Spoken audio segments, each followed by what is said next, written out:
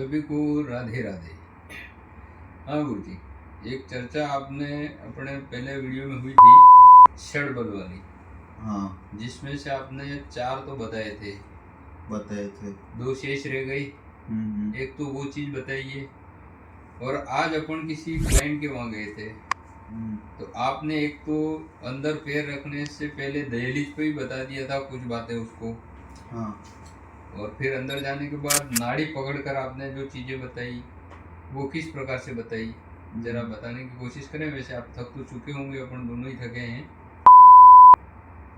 देखो हमारे दर्शकों के लिए तो हम काम करते ही रहते हैं, इनको अच्छा वीडियो मिलना चाहिए। आप अच्छे प्रश्न लेके आते ही हो दादा उनके लिए। जी तो देखो लास्ट टाइम मैंने जो बल बताए थे, मैंने काल बल बता दिया था, दिग बल बता दिया था, चेष्टा बल बता दिया था, दृष्टि बल बता दिया था।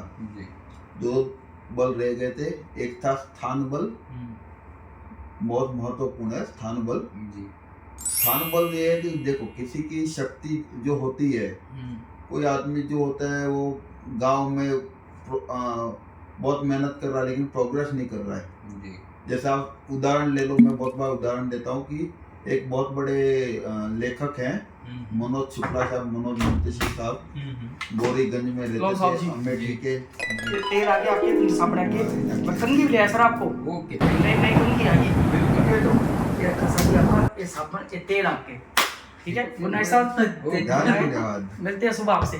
ठीक है सर। आपकी ड्यूटी पूरी?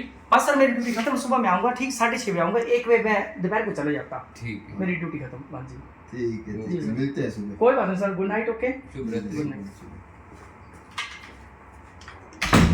तो हम जिस रूम में रुके हैं वो भाई साहब आ गए थे, तो वीडियो को यहीं से कंटिन्यूस करेंगे, नहीं काटेंगे।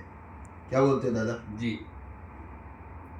तो जो मैं बल बता रहा था आपको दादा, तो मैं बताता हूँ। मनोज मुंतशिर साहब जो है, मनोज शुक्ला साहब जी, वो गोरीगंज के एरिया से हैं। उन्होंने सॉन्ग लिखा है, मैं फिर तुमको चाहूंगा, कौन तुम्हें यूं प्यार करेगा जैसे मैं करता हूँ, तेरे रश के कमर, तेरी मिट्टी में मिल जावा। अरे कितना हिट सॉन्ग है, कितना बड़ा सॉन्ग है इस सदी का। वो उनकी कलम से निकला है। अगर वो गोरीगंज में होते तो शायद ये इतना प्रोग्रेस नहीं कर पाते। स्थान बल उनको कहाँ पे आके मिला? मुंबई में।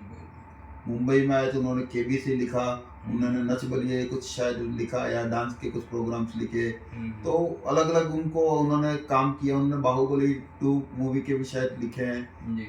और अब सबसे बड़ा तो आदि पुरुष लिखा, जिसमें बड़ा विवाद हुआ है। लेकिन इस सदी में राम के जितने अच्छे अच्छे सॉन्ग गाए जा रहे हैं वो सब सॉन्ग उनकी कलम से निकले हैं। इतनी बड़ी प्रोग्रेस की, तो वो ताकत कहाँ से आई? स्थान बल से। आपका स्थान बल कहाँ है? क्या आपको आपके गांव में रह के प्रोग्रेस होगी? क्या आपको किसी शहर में जाके प्रोग्रेस होगी? क्या आपको एब्रॉड जाके प्रोग्रेस होगी? कहाँ जाके होगी वो समझना, उसको बोलते दूसरा ये एक बल जो है 5वां स्थान बल। एक और आता है नैसर्गिक बल दादा, जिसको बोलते हैं नेचुरल स्ट्रेंथ।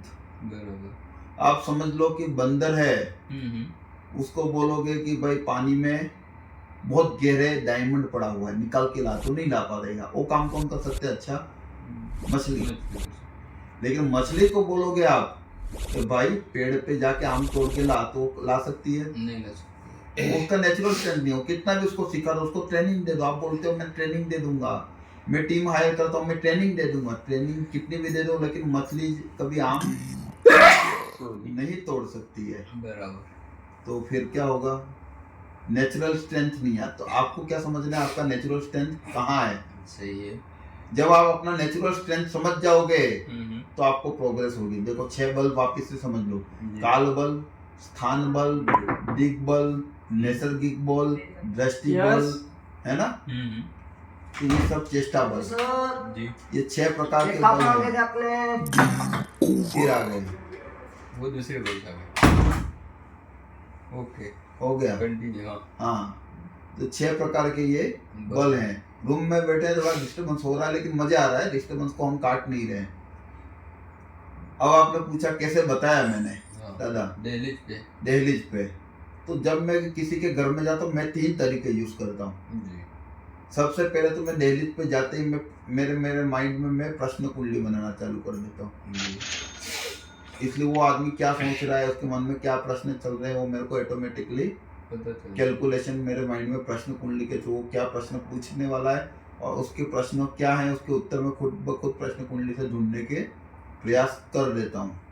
दूसरा मैं क्या करता हूँ, मेरे हाथ में पेंडुलम रहता है यंत्र, तो मैं उसको लेके जब घूमता हूँ तो मैं उधर की एनर्जी को समझता जाता हूँ। तो उस टाइम तक मेरे को उसके प्रॉब्लम खुद ब खुद मालूम होते हैं, उसके प्रश्न मुझे मालूम होते हैं और उस प्रॉब्लम के सॉल्यूशन मुझे मालूम होते हैं। अब बात की नाड़ी की, तो दादा स्टोरी ये थी, ये नाम नहीं लेते अपन यहाँ पे, वहाँ पे एक्स और वाई दो थे जी। दोनों के बीच में बड़े प्रॉब्लम हो रहे थे, है ना, बड़ी लड़ाइयाँ हो रही थी, दोनों ने एक दूसरे के सर फोड़ दिए थे, बड़ी चिंताएं थी उनको छुड़ाने। ये सब मैंने खुद ब खुद बता दिया था, क्यों? क्योंकि मैंने एक्स की गणित कर ली थी और वाई की गणित कर ली थी।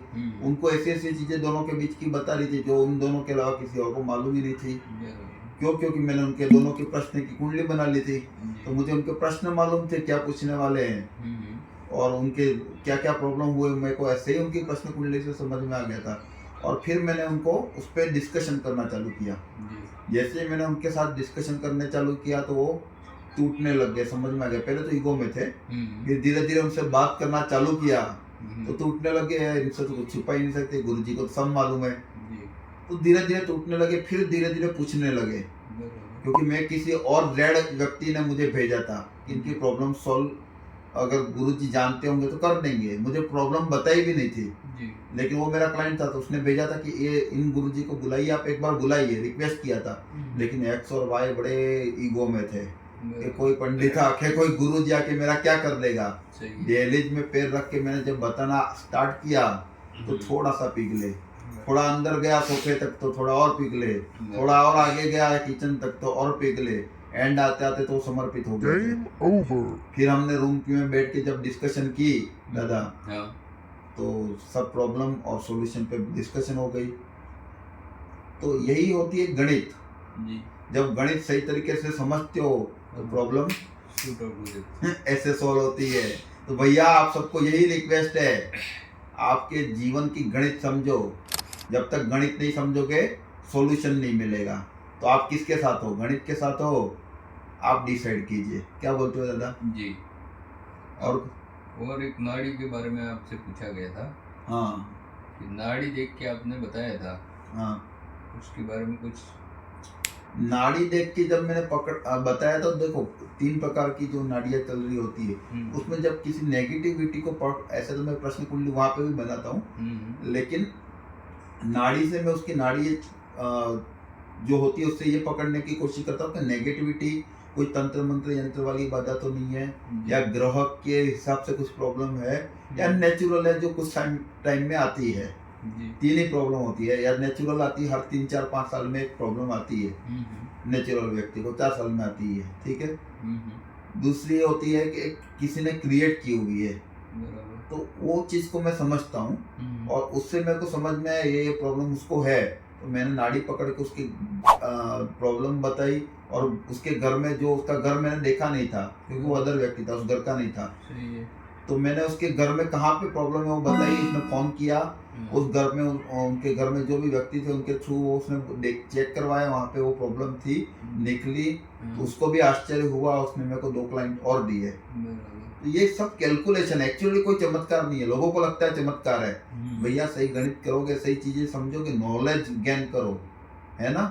लर्निंग अर्निंग का साधन है, लर्निंग बन तो अर्निंग बन।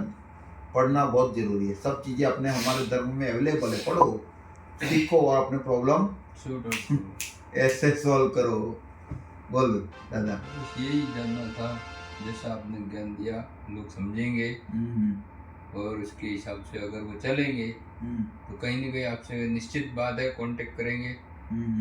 ये थे हमारे अपने प्रिय महर्षि हार्दिक जी पाठक। इनका एक ऑफिस बॉम्बे में है और दूसरा ऑफिस राजस्थान के बांसवाड़ा जिले के गढ़ी के तहसील के प्रतापपुर गांव में है, जो जिसका कस्बा है और आजकल नगर पालिका बनी हुई है। आप गूगल पे अगर डालेंगे महर्षि एस्ट्रो के नाम से तो गुरुजी का पूरा आपके आने का स्थान भी मिल जाएगा। धन्यवाद सभी को। राधे राधे, जय श्री कृष्णा। अगला वीडियो कब आपके सामने आए इसका इंतजार कीजिए। धन्यवाद। Vande Mataram. Channel subscribe Kara. कर दे।